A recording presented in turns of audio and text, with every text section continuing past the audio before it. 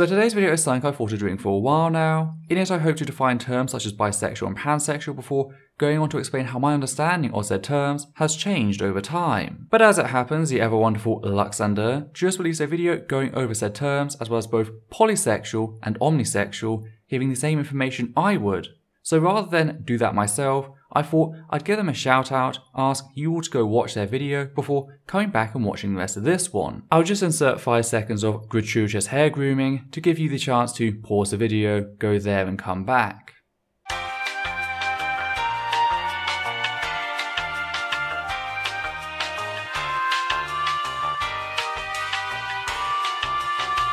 Welcome back.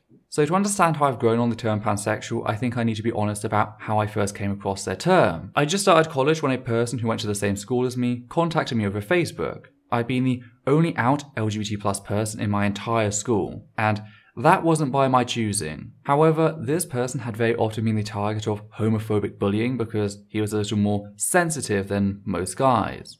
And yes, it turned out that he was not heterosexual. He was pansexual.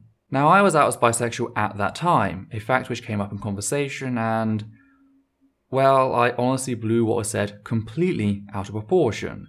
Yes, they said some rather shitty things about the term bisexual and how it's trans-exclusionary, not to mention suggested that trans men weren't men and that trans women weren't women, but were part of some third gender category. But I wasn't arguing against said position from a wealth of knowledge myself. My response was equally ignorant, being based on genetic essentialism. But at the time I saw it very differently, and whilst my views have changed over time, I've rather unfairly remembered myself having the position I hold now back then. So that was how I got properly introduced to the term pansexual, in an argument in which I felt personally attacked. Not the best situation, I think we can all agree there. And thus began my personal vendetta against the term. Since that time, I've produced 2 videos on the topic, one in 2012 and one in 2015. Now, the 2015 video was a response to a rather poorly thought out definition on the term bisexual from Stop Homophobia, and whilst a little standoffish, a lot of what I say in that video is fine. I've shifted on some minor points and there are some things I wouldn't say today, but it's not the ignorant garbage fire which is the 2012 video. By fucking Sagan, I can't even watch that video anymore. To hear the shit that comes out of my own mouth is just really, it fucking sucks to go back and realize I was once like that. But I leave the video up since it's a reminder of just how far I've come in my understanding. Now, you're free to check it out, but a definite content warning is needed for panphobia and even transphobia, as there's certainly true scum undertones there as well. I'm sorry for my truly bigoted ass views in spite of what may or may not have influenced them. Receiving bigotry is no justification for enacting bigotry myself. That's why when responding to a conservative Christian who happens to be of African heritage, I don't devolve into a tirade of racial slurs. And anyone who does so or similar in the comments of my videos will have their comments removed and their asses blocked. I have a zero tolerance policy for that sort of thing. But yes, since 2012 I've adopted the more nuanced, these terms differ in usage from person to person, sometimes they overlap, and that's perfectly fine. We have a word for this in the English language. It's called a synonym, a similar word that may denote some specific characteristic. For example, a boat and a barge are both the same thing, both being waterborne vessels. However, the term barge tells you a little more about the shape of said ship, which is one of the reasons I think bisexuality is still very popular. It's a little more vague than either pansexual or omnisexual, maybe not polysexual, yet as noted by Luxander in their video, that often gets confused with polyamory and polygamy. It's sort of like the term queer as has been reclaimed. Many younger LGBT+ people prefer to introduce themselves as queer as that challenges both cis and heteronormativity, yet it also allows them to be reserved in how much personal information they disclose. As for my own personal reasons for sticking with both bisexual as a term, not to mention the bisexual flag, I can think of 3. For a start, the term bisexual has been around longer and has a very clear history and community. That's something that I find invaluable. And from that we get my second reason.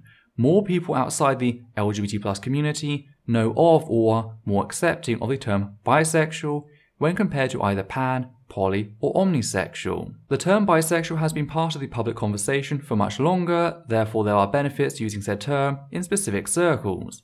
I should note that when I'm talking to my fellow LGBT+ people, I very often follow noting my sexuality with, though many with the same dating range as myself would perhaps prefer the label pansexual or omnisexual.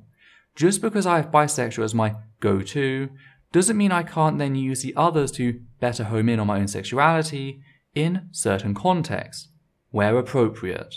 Now the last reason, but perhaps the most important to me, is a little tactical. Namely, I'm worried about what would happen if every bisexual person open to dating non-binary folk such as myself were to abandon said term. I'm worried that binarist bisexual folk would use that to do to us what the gay and lesbian community did to trans folk surrounding the Stonewall riots. That is, they'd erase the contribution of pan, poly and omnisexual folk from bisexual history. Because whilst those terms are relatively new, those identities have always existed. They just didn't have the right name for it, so they had no choice but to saddle up with bisexual. And this worries me because of the current counterculture surrounding our growing understanding of human gender and sexuality. If the binarist folk can erase our part in bisexual history, suddenly those claims of they're just inventing new stuff for whatever vague reason gains an air of credibility I'd much rather starve them of. I mean, this happens anyway, yet I feel it could be a whole lot worse if this were to happen. But by having a portion of non-binarist bisexual folk like myself who still actively engage with the term, I feel we maintain a stronger link to our collective history and reduce that impact. Or as I described it in chat to Luxander, I am the foot in the doorway that refuses to budge. I will not be shut out from my own history. The term bisexual emerged at a time in the West where we had a very small understanding of both sexuality and gender. As that understanding has grown, so too has the term. Now I'd like to comment on a couple of things, one from your video and one from the premiere chat on the side. In your video, you noted that you had this concern. And the fact that communication is a two-way street is why I have not gone back to identifying as bisexual. I did when I was younger, because to me it seems like when you are communicating with someone, if there's someone outside of the community, if you say bi, what people are mostly going to hear is, I'm attracted to men and women, and I don't want to give that impression. So I've stuck with pansexual throughout the years because it just seems like it's a way of communicating that I am attracted to anyone of any gender, and that it's not creating this false idea of a binary within people's minds when I say it. I really do get the concern about unintentionally reinforcing the idea that there are just two genders, but I think this is more a problem we tackle with better sex and relationship education. If that's a step you want to take, that's fine. No problems there. I just request that you note this if the question as to why pan or omni over bi comes out. At least that way, people get a little more educated about the breadth of the term bisexual, whilst you still maintain whichever term you feel most comfortable with. Again, I feel keeping a connection with the history of the bisexual community is a bigger pull for me. I don't mind taking 5 seconds extra to note the facts that I'm open to dating non-binary folk, such as myself, but I recognise that this is all very personal stuff. You have your reasons, I have mine, neither is more legitimate than the other. By Sagan, we're having a wholesome discussion on YouTube. What is this sorcery? But the last thing I wanted to explain was this. In the chat you noted that you've been told that pansexual was transphobic, but never really got it. I think I can help you understand the mislogic there, since that's something I once held to. Going back to what happened to me with the first pansexual person I really knew, what they said in relation to their pansexuality was transphobic. They didn't specify that bisexual was exclusive to non-binary folk and pansexual was inclusive. They just said transgender people blanket, as in trans men and trans women also included. The problem there is that this suggests that a person using said term doesn't believe trans men are men and that trans women are women, but rather that all trans people are non-binary or third gender. Now, that is the only time I've ever heard a self-declared pansexual use that argument. But I've heard it from monosexuals, both homosexual and heterosexual people before. A lot.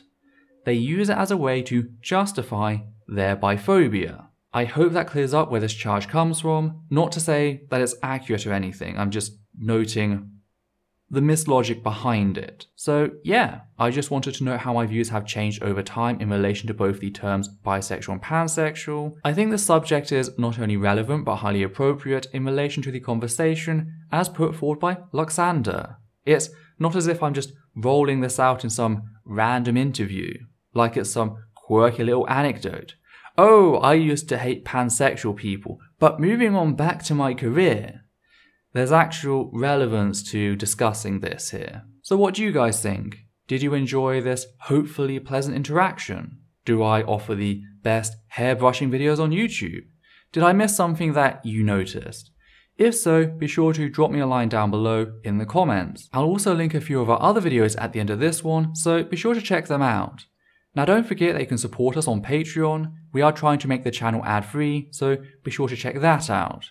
And speaking of Patreon, I'd just like to thank all the wonderful people who have donated to the channel over the years, giving a special thanks to the following people: Hannah Banghart, Matthew Kovac, Brad R, John Schoenrock, Alexander Williams, Rain Kilmore, and Daniel Martinez. Take care now, and I'll see you next time.